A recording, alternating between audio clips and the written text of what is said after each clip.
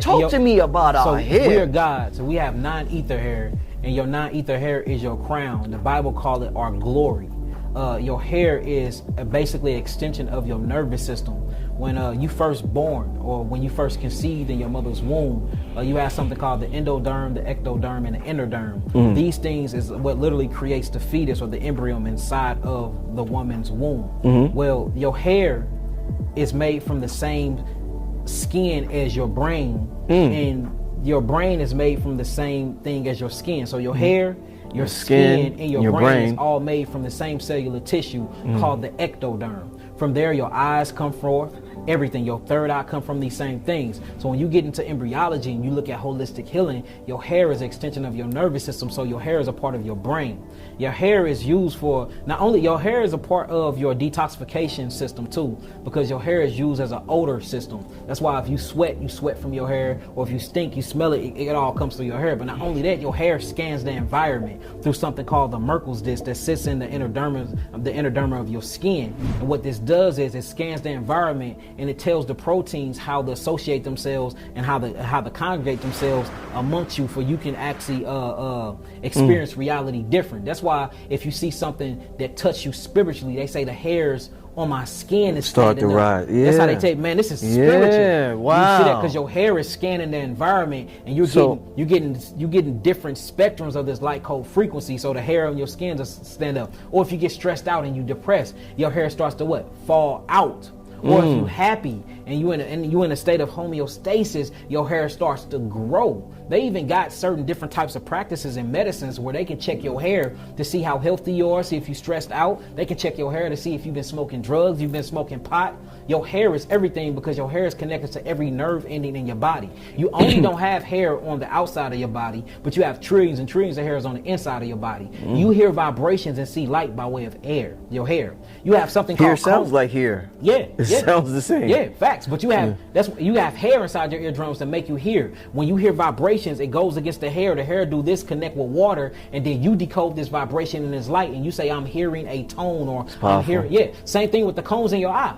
You're seeing the reflection of hair. The hair takes that image, turn it upside. What do you mean? I'm seeing the reflections of hair. What do you mean? So your hair, nerve endings. Yeah. You got these nerve endings in your eye. And inside the cones, at the end of the cones, inside your irises, you have these little fibers that you call hair. This then takes the image of way of light, and it converts that light into a picture. The picture shows upside down in the cerebellum in the back of your brain, and then it turns itself right side out, and then you see. That's your projection, but that's all by way of hair. Your tongue. You have over 1 billion hair. On your tongue? Yeah, on your tongue right now. You got hair on the top of your tongue. That's what they call these, taste buds. Call them taste buds is here. Hold on, to move your food through your digestive tract. That's what's moving it, hair. They call it the micro what? Villi. Hold on, your lungs. How you breathe and filter the air in and out of your lungs. Guess what that's by? Hair. So we have hair on the outside of our body and hair on the inside of our body because hair is connected to the nervous system. Hair is the nervous system, and hair scans the environment, and it tells you how to interact with your environment. 2 questions real quick. So are we doing a disservice by cutting our hair? I would say this. I would say yes and no. I would say yes, because your hair is an extension of your nervous system. It's connected to your dipole antennas, and this is the way you connect with the ethers. I will say no, because once you find out the true God that's within you, and once you can key and hone in on who you truly are, you realize that this is all an avatar, and you can still connect with the source without this. And the reason why I'm saying is most of your pharaohs, they didn't have hair, but they were very in tune, with the gods. Most of your Anunnakis, they didn't have hair, but they're very in tune with the celestial beings. Why is that? That's because they realize that this is a vehicle.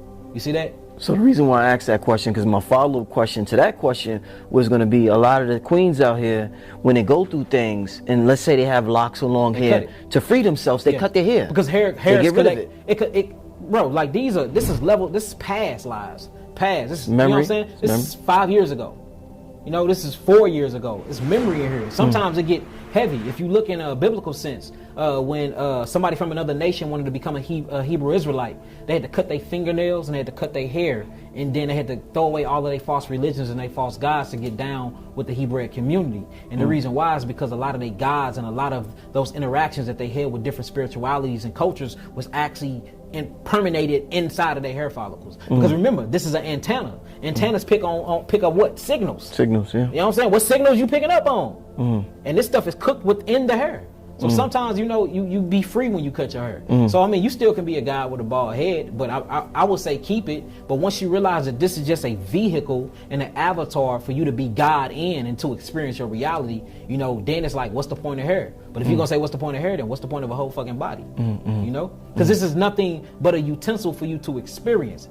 You can be God without the body. You're already God without the body. God created the body to experience reality. So if you don't want to experience that part of reality no more, shave it. We didn't. The pharaohs was doing magical things without hair, brother. That's all I'm saying. But hair is very, very important, especially people that's learning the tools, learning culture, learning how to grow spiritually and stuff like that. And people that don't have those intuitive ancestors and elders and mothers around them to teach those things. I think your hair is a natural guide to learning these things because it's intuitively, smart and intelligent on its own. You don't need to teach this hair to do what it do. It's gonna scan the environment and it's gonna give you the decision on how to look at your reality. Whether whether you do a style with it or not.